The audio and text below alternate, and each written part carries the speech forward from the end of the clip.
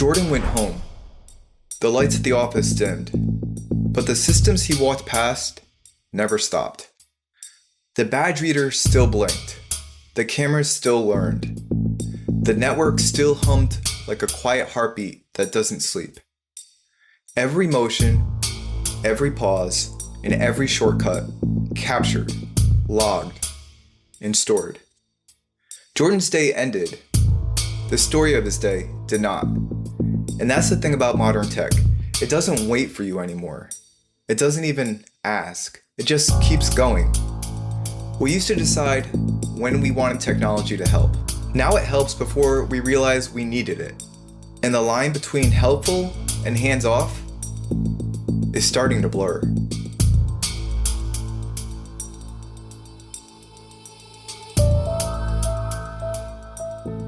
It starts subtle. A door that unlocks before you reach it. A car that suggests a route you didn't say out loud. A fridge that reminds you you're low on milk. And you don't think twice, you just nod and you move on. Because it works. Because it saves a step. Because saying yes feels natural when nothing asks first. That's the moment tech stops waiting for permission. Not maliciously, just efficiently. Like a friend who finishes your sentences too often. At first, it's convenient. Then it's predictive. Then it's presumptive. Every skipped question creates a smoother experience. Every smoother experience trains us to expect fewer questions. You tap, accept all. You swipe allow. You shrug. Whatever gets me there faster, right? Behind those taps, though, is an invisible loop that continues to tighten.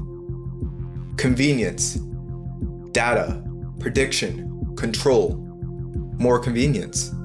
It's not a conspiracy, it's a design, a loop built to feel frictionless. So we stop noticing the loop altogether. Remember when apps used to ask, can we access your contacts? Honestly, now they just already know who you talk to most. Smart speakers once needed a wake word. Now they jump in early on tone change. Cars once asked to store your routes. Now the update just says improved driving experience. And you assume that means yes. Not evil, just momentum. And momentum doesn't knock. There used to be this silence between actions. Now silence is data. A pause on a web page signals hesitation. A glance at an ad counts as intent. A breath into a mic becomes stress, fatigue, curiosity. You didn't tell it to notice, it just does. The new default isn't off. It's on until you stop it. And nobody stops what feels like progress. Humans adapt slower than code. Our ethics lag our updates. Our comfort lags our features. By the time we debate if something should exist, it's already shipping in 5 colors. So we adapt. Because adaptation feels like survival. But deep down, there's that quiet ache. Shouldn't I have been part of that conversation? Part of that decision? The scariest permissions are the ones we never give explicitly. When a door opens for you, you've agreed to be recognized. When the algorithm tailors ads from words you've muttered, you've agreed to relevance. When your car brakes on its own, you've agreed to the invisible code. The more invisible those yeses get, the more disconnected consent becomes. It's not stolen, it's absorbed. Now we think control looks like a toggle, but real control happens long before the toggle exists. By the time a setting shows up, the system's already built. You're just picking where to sit inside it. Would you like your cage in silver or matte black? Feels like choice. It isn't. Convenience doesn't ask for money first. It asks for habits. It trades your micro decisions for smoother surfaces and saved seconds. But every second you don't think teaches the system it doesn't need you to. Now you realize the device isn't responding, it's predicting. You scroll and it scrolls ahead. You hesitate and it fills the silence. You start to type and it finishes the thought. And at some point you kind of wonder, whose rhythm am I following? Mine or its? If it's both, is that balance or dependency? Just walk downtown at a lunch hour. Screens bloom like reflections on every glass surface. Traffic lights adjust to heat maps of movement. Billboards swap faces based on who's nearest. You feel anonymous, but the city knows your pattern, your route, your dwell time, and your speed. You cross the street and a delivery drone shifts course. No one spoke. Everything listened. This is not the future. It's the firmware update of now. We used to design cities for people. Now we tune them around data about people. It's efficient, it's breathtaking, and it's quietly rewriting what public even means. Now there's a feeling you get after a day that runs on rails. You didn't wait for the elevator. The playlist nailed your headspace. Traffic peeled away like the city knew your appointment mattered. Sometimes. That afterglow is real. It's why we forgive the parts that feel a little too curious. Because the friction you didn't feel, that's addictive. But glow hides shape. A smoother day doesn't tell you which parts were oiled and why. It doesn't tell you a camera widened its field when your heart rate spiked.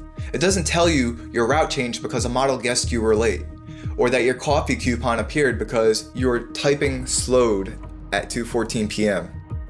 None of that is sinister by default. It's simply choreography of a city tuned to a billion tiny signals.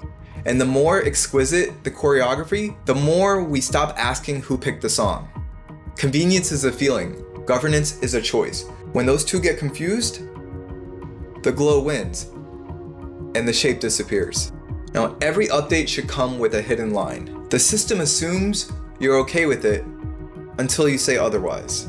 But we rarely say otherwise because it's tiring, because life moves, because tech smiles. That pause where we ask, why is this easier and for who? That part's disappearing. Just think about your morning.